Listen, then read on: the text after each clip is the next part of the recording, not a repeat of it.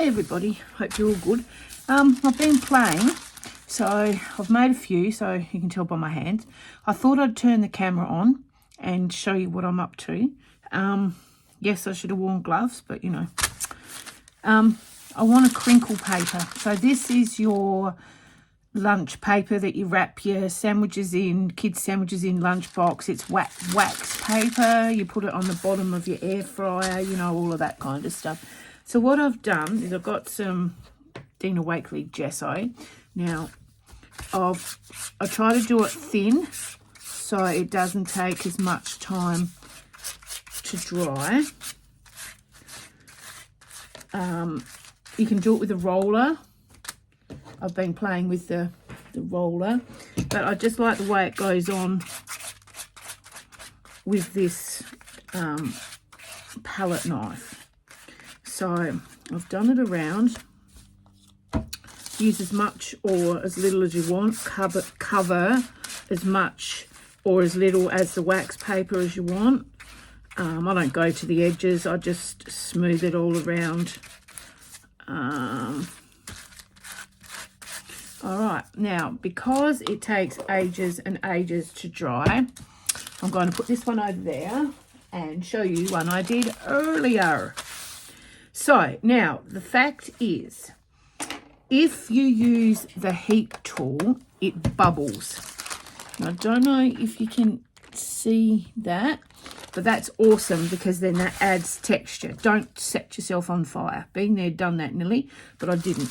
So that adds texture. Now, because I want to do other things, and it's going to take ages to dry, I've not prepared another one earlier, which is this one. So the gesso's on, and I have used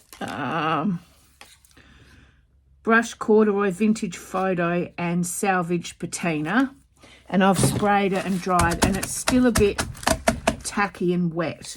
So what I do now is I think, well, you know, tough luck. So what I want to do now is start using my stamps and make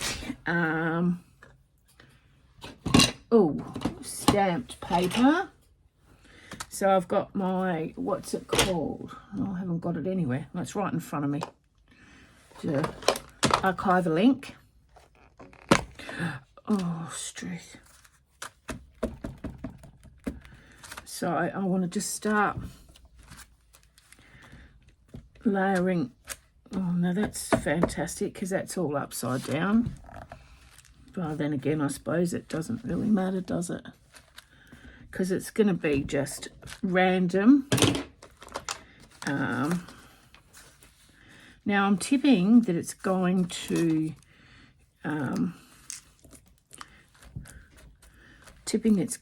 smudge because it's wet. But don't worry about it. You just move on. So I'm just trying to think what other. No, okay. So now we're going to add some numbers. But I've done this before, and I have done it on the Tim Holtz. I've changed inks. Now I'm using the India ink. We've done it on the Tim Holtz papers, and it's come out really awesome. But back on then, I used brighter colours. But this time I wanted something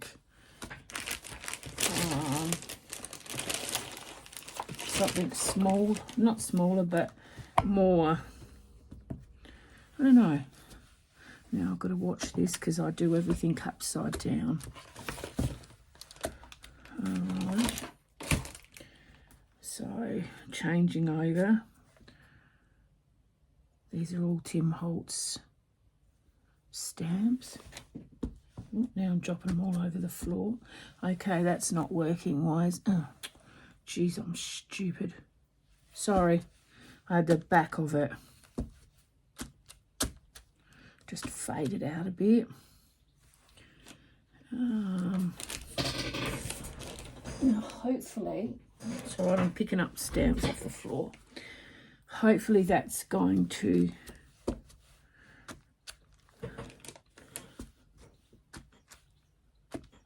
I don't know how to get rid of that bit, so I'll just blend it in with my finger.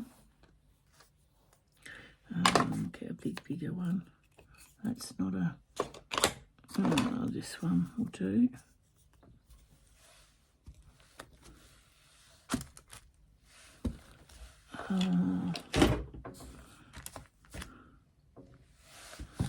Now this can be used for anything, but I thought that I liked it on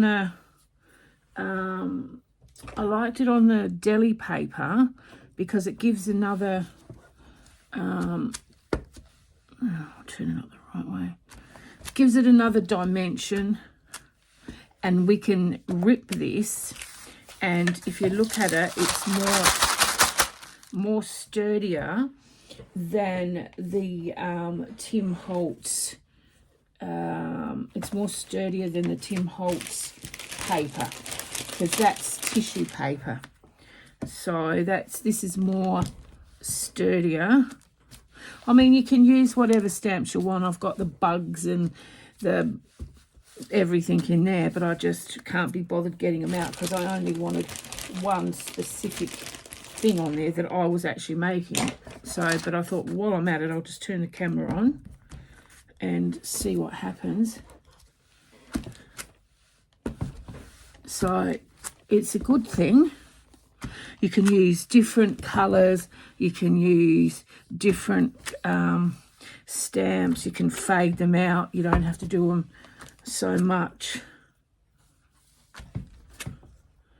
And then what I want to do, maybe, now where's that now, is add a bit more colour. So I don't know, just different angles.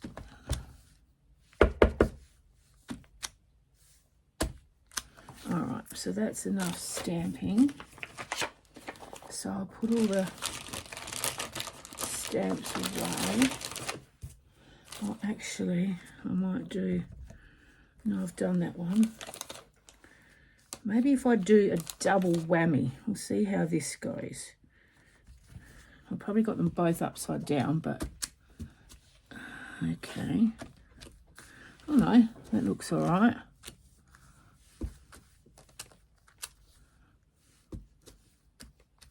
Now I'm stamping over there on stuff that's not gesso, so I just wanted to see, oh yeah, that's okay. So it's stamping on places on this wax paper. Actually, I don't know if it's wax paper. Maybe it's not wax paper. Maybe it's, I don't know what it is. Baking paper. Ah, that's what it is, baking paper. So that's what it is, baking paper. And that's why it's holding the stamp. So now, I don't know what this would be like. If I get this Finbear Art Alchemy Metallic Wax. Now this is deadly. So you only use,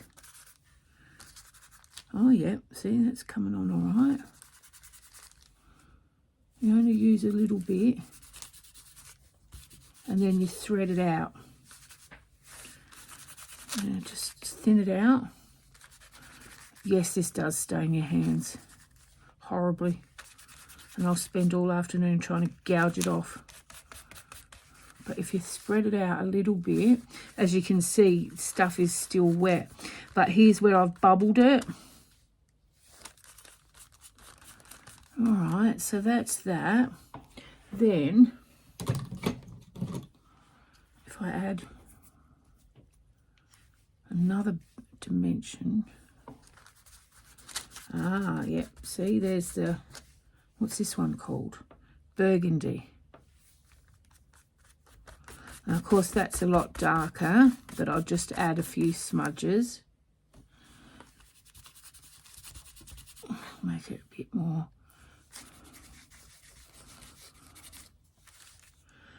I'll put one down here. All right, so we have it. Now all we need to do is dry that, and we have, hang on, if I get a tissue, and all we do